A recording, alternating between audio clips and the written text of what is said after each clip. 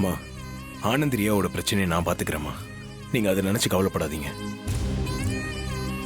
நம்ம குடும்பம் எப்பவுமே ஒன்னா ஒத்துமையா இருக்கணும் கார்த்தி.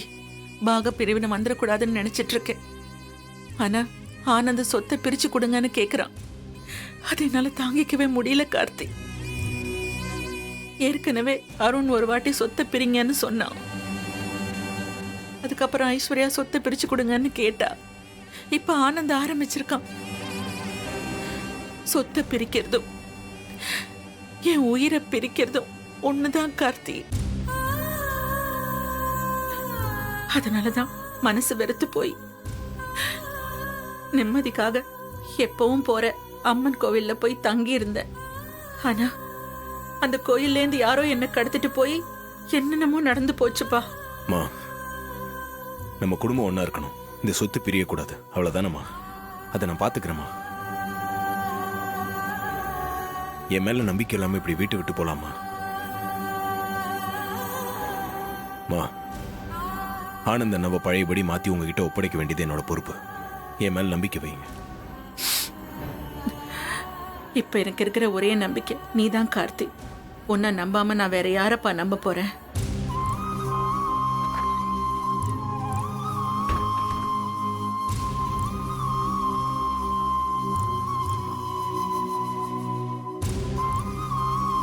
மூச்சை நல்லா இழுத்து விடுங்க.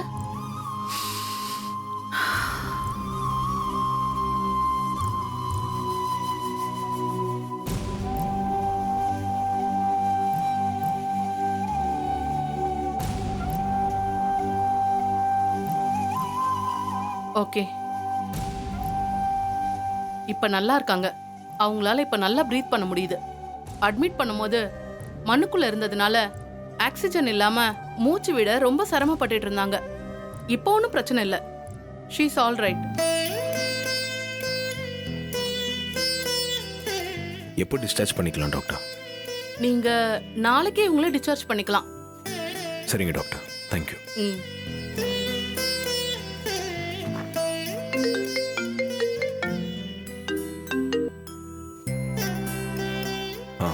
சொல்லுங்க தீபா.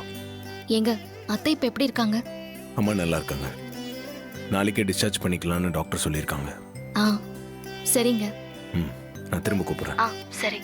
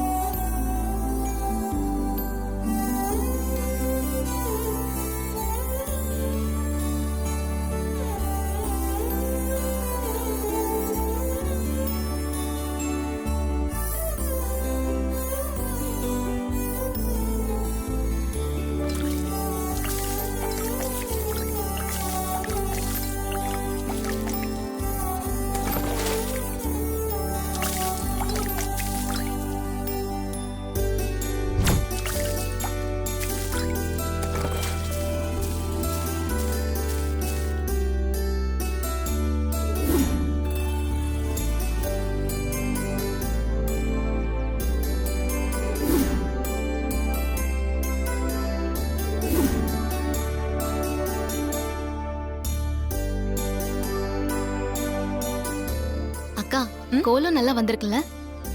நல்லா வந்திருக்கு தீபா. அத்தை பார்த்தா சந்தோஷப்படுவாங்க. சரி, அத்தை வரத்துக்குள்ள நான் கோயிலுக்கு போயிட்டு வந்துடுறேன். நீ போய் ஆர்த்தி கரைச்சு வை. அது ஒரு நிமிஷம் வேலைக்கா. அத்தை இப்ப வந்துருவாங்க. அத்தை வரும்போது நீங்களும் இங்க இருக்கணும்க்கா. அப்புறமா கோவிலுக்கு போய்க்கலாம். அத்தை வரட்டும் தீபா. அத்தை வீட்டுக்கு வரும்போது நான் இங்க இருக்கிறத விட கோயில்ல இருக்கிறது தான் நல்லது. கோவிலுக்கு போறதுக்கு அப்படி எதுக்கு அவசரம்? போய் தான் ஆகணும். அத்தை நல்லபடியா வீடு திரும்பி வந்தா அபிஷேகம் பண்ணி அத்தை பேர்ல அர்ச்சனை பண்றேன்னு சாமி கிட்ட வேண்டிட்டு இருக்கேன். நான் போய் அதை செஞ்சுட்டு வந்துடுறேன். நீ போய் மத்த வேலையெல்லாம் கவனி. சரிக்கா.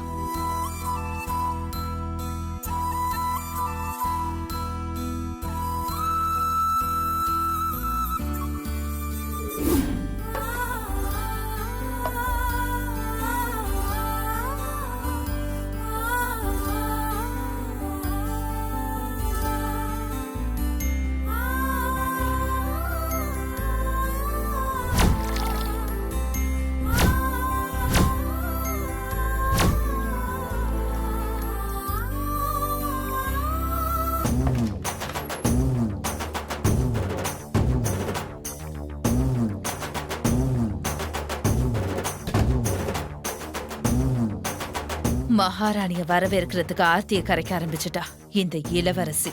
எனக்கு வர ஆத்திரத்துக்கு அதை புடுங்கி அவ மூஞ்சிலே ஊத்தணும்னு தோணுது. அத்தைய காலி பண்றதுக்காக எப்படியெல்லாம் கஷ்டப்பட்டு என்னென்ன பிளான்லாம் பண்ண, எதுவுமே நடக்காம போச்சு. அத்தை மட்டும் வரலனா என் நேரத்துக்கு எல்லாரையும் உயிரை கையில பிடிச்சு ஓட வச்சிருப்பேன். அநியாயமா கார்த்தி அதை கெடுத்துட்டான். சரி விடுங்க, முடிஞ்சது முடிஞ்சு போச்சு. சரி, உங்க அம்மாவை ஸ்டேஷனுக்கு போய் பாத்தீங்களா? பார்த்தேன். மனசுக்கு ரொம்ப வருத்தமா இருந்துச்சு. அது சொன்னா புரியாது, அனுபவிச்சாதான் தெரியும். அம்மாவை அந்த நிலைமைக்கு ஆளாக்குன கார்த்திக நான் சும்மா விட மாட்டேன். என் அம்மாவை விட அவ அதிகமா வேதனைப்படுவான். பட வெப்ப. சீக்கிரமா அது நடக்க போகுது, பார்த்துக்கிட்டே இரு. வேண்டாம், இப்போதைக்கு எதுவும் பண்ணாதீங்க. நேரம் வரும்போது பாத்துக்கலாம்.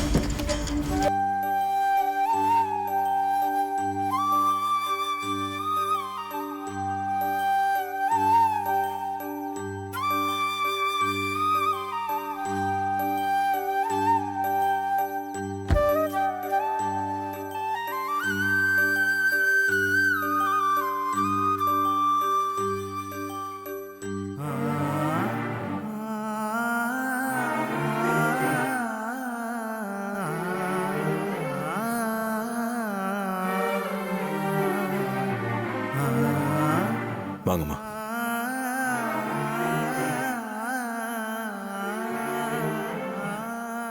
வாங்க அத்தை. நாச்சியா, வந்துட்டியா?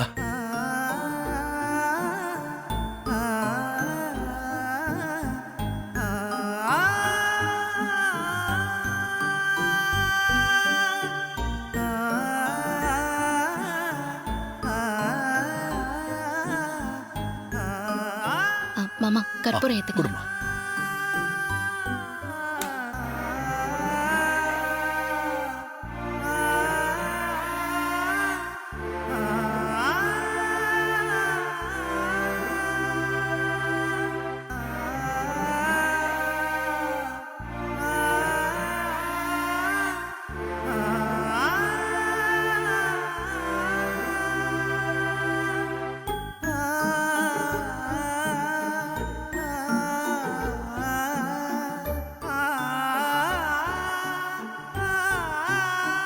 உள்ள வாங்க அத்தை. வா நாச்சியா.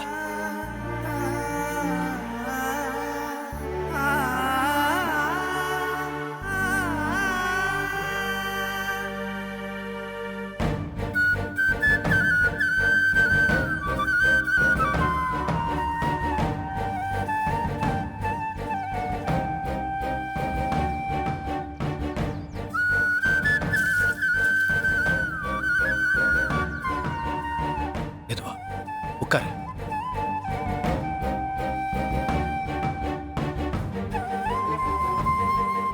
நாச்சியா, ஏம்மா ஏன் இப்படி பண்ண?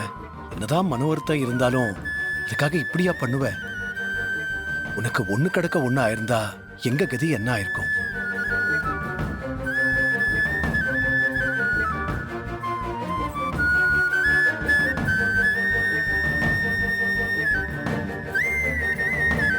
என்கிட்ட கூட சொல்லாம போவேன்னு நான் கொஞ்சம் கூட எதிர்பார்க்கல. பா, அம்மா தான் திரும்ப வந்துட்டாங்களே, அதெல்லாம் ஒரு கனவா நினைச்சு மறந்துடுங்கப்பா. அது எப்படி முடியும் கார்த்தி? அம்மாவுக்கு நடந்ததை நினைச்சா இப்போ என் மனசுக்குள்ள திக்கு திக்குன்னு அடிச்சுக்குது.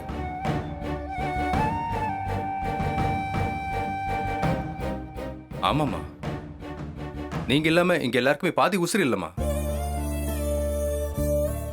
எங்களை தவிக்க விட்டு போறதுக்கு உங்களுக்கு எப்படிமா மனசு வந்துச்சு? அதான் வந்துட்டேன்ல, இனி அதை பத்தி யாரும் பேசாதீங்க.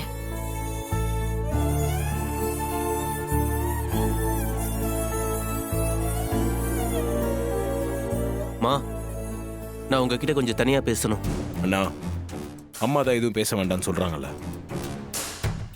அவங்க என்ன நார்மலாவா இருக்காங்க? எல்லா விஷயம் தெரிஞ்சு திரும்ப திரும்ப அதே பேசுற. அவங்க மென்டலி சரியாகிறதுக்கு கொஞ்சம் நாள் ஆகும். அதை புரிஞ்சுக்கிட்டு கொஞ்ச நாள் அமைதியா இரு. நீ இருப்பா. சொல்ல ஆனந்த், என்ன சொல்ல போற? நான் நேரா விஷயத்துக்கே வரமா. நான் சொத்தை பிரிச்சு கொடுங்கன்னு சொன்னதுனால தான் நீங்க வீட்டை விட்டு போனீங்களா? அதுல என்ன சந்தேகம்? அதுக்காக தான் போனேன். இது கொஞ்சம் கூட நல்லா இல்லம்மா. எது நல்லா இல்ல? மறுபடியும் சொத்து பிரச்சனை ஆரம்பிக்கிறியே, இது மட்டும் நல்லா இருக்கா? அம்மாவே உயிர் பொழைச்சு திரும்ப வந்திருக்காங்க, அதை புரிஞ்சிக்கவே மாட்டேங்கிற. டேய் வேண்டாம், மறுபடியும் பிரச்சனை பண்ணாத. இத பாரு கார்த்தி, ஆனந்த் சொத்தை பிரிச்சு கொடுக்க சொல்லி கேட்டதுல எந்த தப்பும் இல்லை. அந்த உரிமை அவனுக்கு இருக்கு. அவன் கேட்ட சொத்து பிரச்சனைக்கு தீர்வு கண்டுபிடிக்கிறதுக்காக தான் நான் வீட்டை விட்டே போனேன். அதை எல்லாரும் முதல்ல புரிஞ்சுக்கோங்க.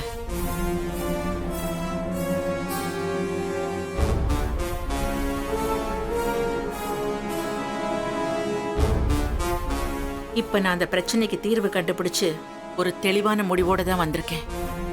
அப்படின்னா சொத்தை பிரிச்சு எழுதலாம் இல்லையா? நாளைக்கு என் லாயரை வர சொல்றேன். என்ன சொல்றீங்க? எதுக்கு உனக்கு அவ்வளவு சிரமம்? என் லாயரை நான் இன்னைக்கே வர சொல்லிட்டேன். கொஞ்ச நேரத்துல வந்துருவாரு. அவர் வந்ததும் அவர்கிட்ட பேசி பிரிச்சு கொடுத்துறேன்.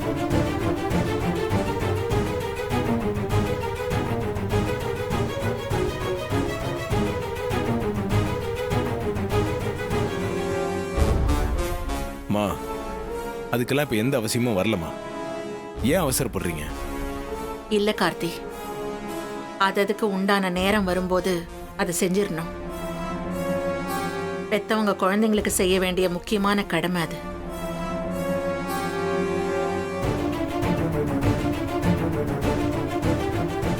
எல்லாரும் நல்லா வளர்ந்துட்டீங்க. 3 பேருக்கும் தனித்தனி குடும்பம்னு ஆயிப்போச்சு. இதுக்கப்புறம் எல்லா சொத்தையும் நானே கட்டி காப்பாத்தணும்னு நினைக்கிறது தப்பு.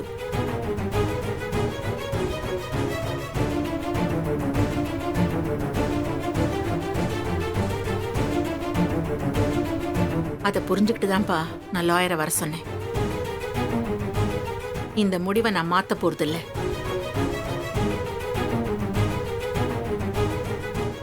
சரிம்மா, நீங்க என்ன முடிவு எடுத்தாலும் சரியா தான் இருக்கும். ஆமா நாச்சியா, உன் விருப்பப்படியே செய்.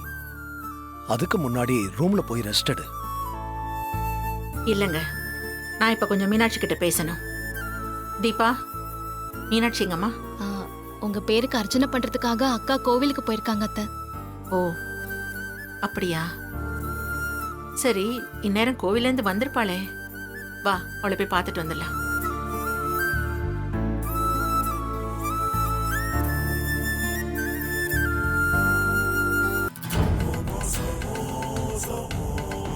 ஓ, தீபா இப்ப முக்கிய மருமகள் ஆயிட்டாளா? அந்த மீனாட்சிய வெளியில அனுப்பின மாதிரி இவளையும் வெளியில அனுப்பணும். அதுக்கப்புறம் நான் மட்டும்தான் மருமகள்.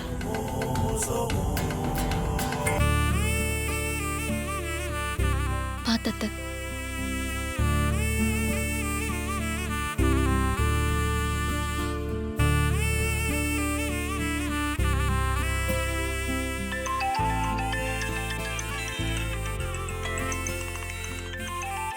மீனாட்சி அக்கா தான் கூப்பிடுறாங்க அத்தை. இன்னும் கோவில்ல இருந்து வரல போல இருக்கு. இருங்க நான் பேசிடுறேன் அத்தை. ஹலோ. அக்கா சொல்லுங்கக்கா. அத்தை வந்துட்டாங்களே தீபா? வந்து வீட்ல இருக்கிற எல்லார்கிட்டயும் பேசி முடிச்சிட்டு உங்களை பார்க்கணும். நாங்க 2 பேரும் இப்போ அவுட் ஹவுஸ்க்கு போற வழியில தான் நிக்கிறோம்.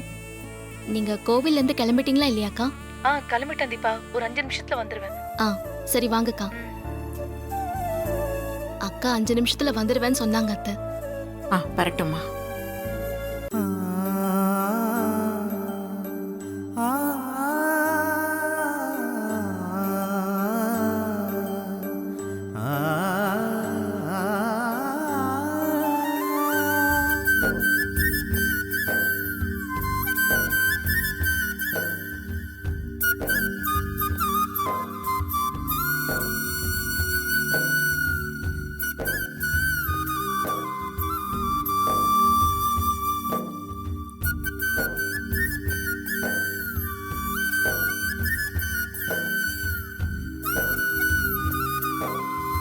இவ்வளவு நாளா நான் உன்னை ரொம்ப கஷ்டப்படுத்திட்டேன்ல. என்னத்த சொல்றீங்க? அப்படிலாம் ஒண்ணும் இல்ல. ஏன் அப்படி நினைக்கிறீங்க? நீங்க இப்படி சொல்றது தான் என் மனசுக்கு ரொம்ப கஷ்டமா இருக்கு.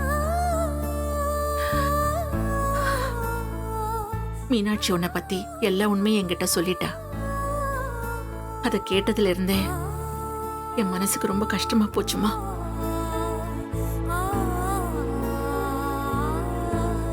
நான் கொடுத்த தாலிதான் உன் கழுத்துல ஏறி இருக்கு. அது தெரியாம நான் உன்கிட்ட எவ்வளவு வெறுப்போட நடந்துட்டு இருந்திருக்கேன்.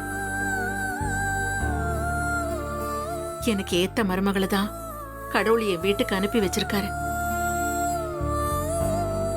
நான் உறுதியா சொல்றேன், நீ வரலன்னா கார்த்திக்கு உன்னை தாண்டி ஒரு நல்ல மனைவி கிடைச்சிருக்கவே மாட்டா.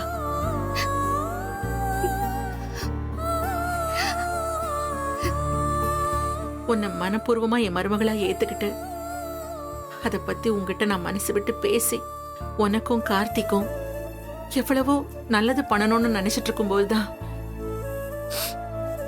இந்த மாதிரி நான் எதிர்பார்க்காத எல்லா விஷயமும் நடந்து முடிஞ்சிருச்சு.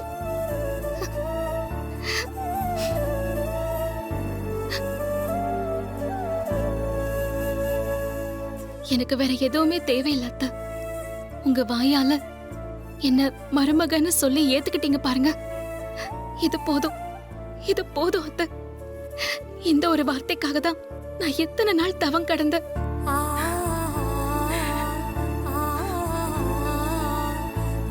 நீங்களே எனக்கு எவ்வளவு பெரிய நல்லது பண்ணாலும் அள்ளி அள்ளி கொடுத்தாலும் அதெல்லாம் அந்த ஒரு வார்த்தைக்கு முன்னாடி நிக்காதத்த. இனிமே தீபா என்னோட பையனோட மனைவின்னு சொல்லி என்ன அறிமுகப்படுத்தாம என்ன உங்க மருமகன்னு சொல்லி நீங்க அறிமுகப்படுத்துவீங்கல்ல, அப்ப எனக்கு ஒரு சந்தோஷம் வரும் பாருங்க. இந்த உலகத்தையே எழுதி வச்சாலும் அது அந்த சந்தோஷத்துக்கு ஈடாகாத.